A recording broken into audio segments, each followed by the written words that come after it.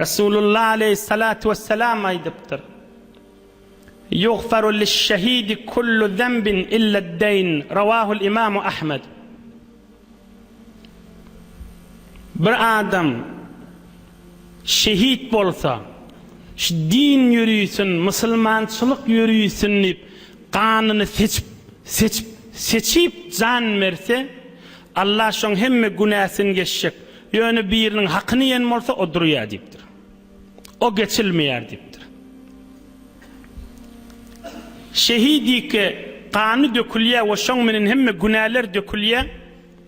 Bir adamy bergisi bar bolsa o dökülmeýär, o durýar da.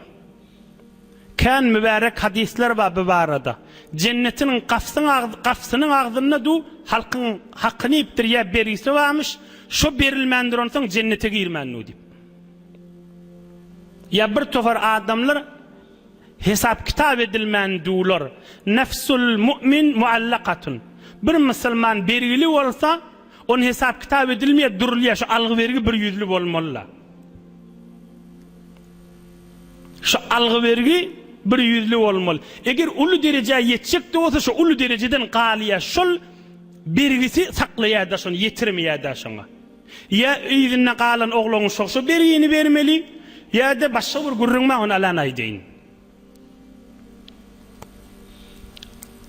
Şehit hemme günäs geçilýär, emma bir adamyň hakyny yen bolsa, ya bergisi bar bolsa o bolmaýar, o durmaly.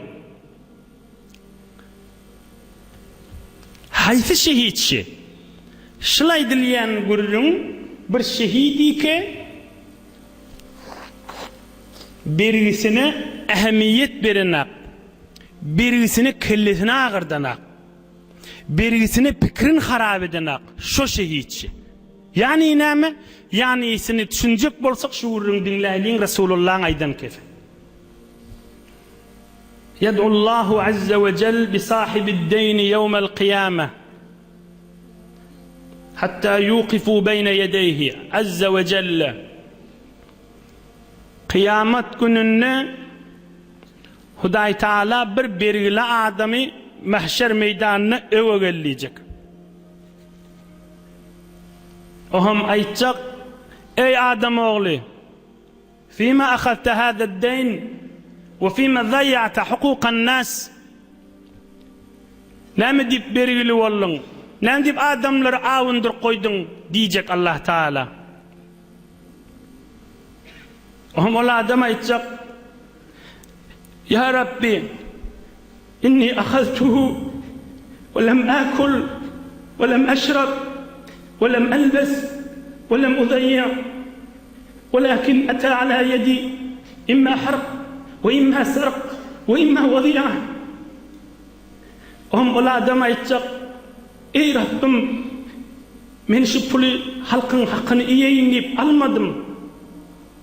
Şunu alamdan soňra ne dogry iýdim, ne dogry içdim, ne dogry zat giýdim. Şunun hakyny berjek bolup giýje günni zähmet çekdim. Ýöne bir ogurluk düşdi malymda. Ya malyma ot düşdi. Yadır işim olmadı. Yoksa şu bergili olamdan sonra ne doğru iyidim, ne doğru içtim, ne doğru giydim ya Rabbi deyip yıkılacak yankı benimle. Feyekulullahu azze ve celle: "Sadaka abdi." Allah Zülcelal'e aytacak, şu bennem doğrayt ya diyecek. "Ana ahakku men qada ankel yevm."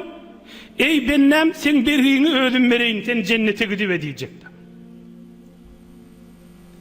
أنا أحق من قضى عنك اليوم. الحديث رواه الإمام أحمد وغيره. Sen bergini ödüm verin, tarafı ödüm razı edeyin diyecekler. Kim bil adam? Bir adam ki bergisi bolup ondan meylep basım oğlunun şoğunu eşittirmeli. Basım zinanasını erini eşittirmeli. Virin sırap ay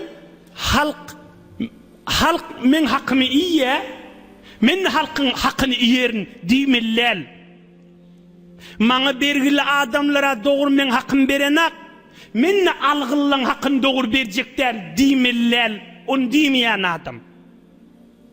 Giýje unni qaýgy bolup oğlunyň şoğunyň arasynda siýasatyň saklajak bolup bildirmäni oğlunyň şoğuna özüne gowy iýbiçki, gowy öý, gowy maşin, ay halkyň ýanyna siýasatym saklajak diýmeller. Birgi az wagtyny eşitdirmeli öýüne we dostlaryna. Haklylar, ýaş oglanlar, jowan oglanlar, türkmen doňjyklam alyňşa hakly. Hudaý hemmäňizi algy bergi narahatçylykdan saklasyn. Ýöne zindigide birdenni ýaş oglanlar, jowan dostlar, türkmen doňjyklam. Bir wagtda azajyk berige girsen, şu bergiden çykjak bolup ýene berige girme.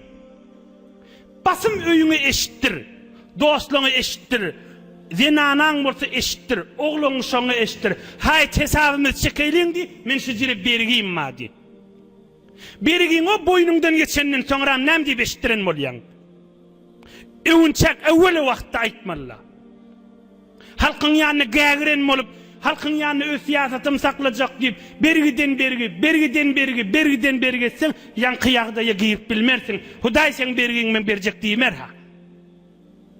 Hudaý öwde goýup da sorajak algy bergilerden. Näme sen halkyň hakyny ýedin diýip. Hudaý allap boljakmy? Adamlara allap bolanak Allah Zülcelal allap boljakmy? Biz ulukon haklylar azajyk berige girdiň durmaly. İçeriň dinany oglaň şok dogallaňy eşitdirmeli. Mene şu mykdar azajyk pul berige girdim diýmeli. Näme maslahat diýmeli.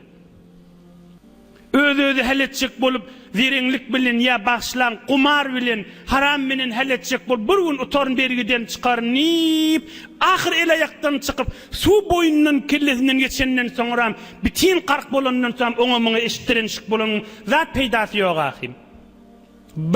Brabi o biride ahir berige girmegiň bir delili de ýaş türkmen inni önü ösperelle, eşitdirin başka kişide. Bir afeti de yirdin, birden pullanjak bolup etdiýär. Etmellerdir, musulman assassydyr. Birden kärrek pullanjak bolup, agyr berige girip, narahat edip, kän adamyň ýüregini agyrtmalar.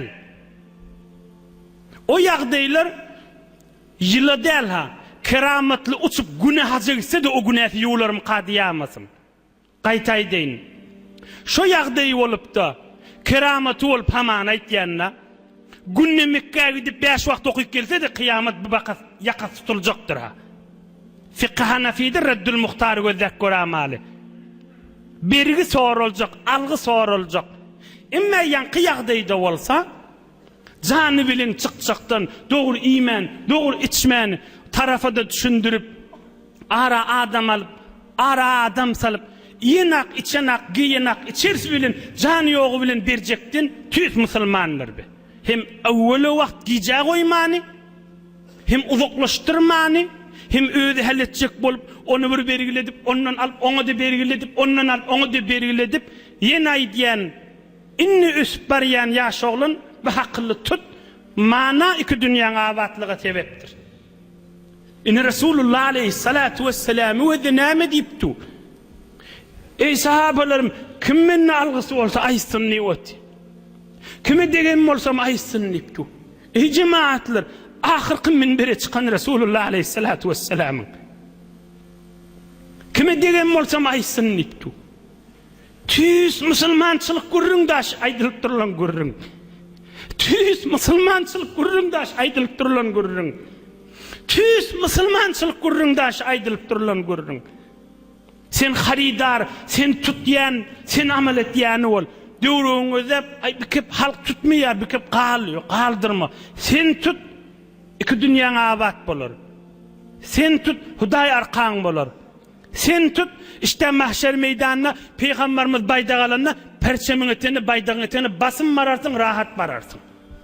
Hudaý Allah bolýan näldir. Yaradan Allah ýaşaýşyňyzda, öýüňizde, malyňyzda bereket bersin.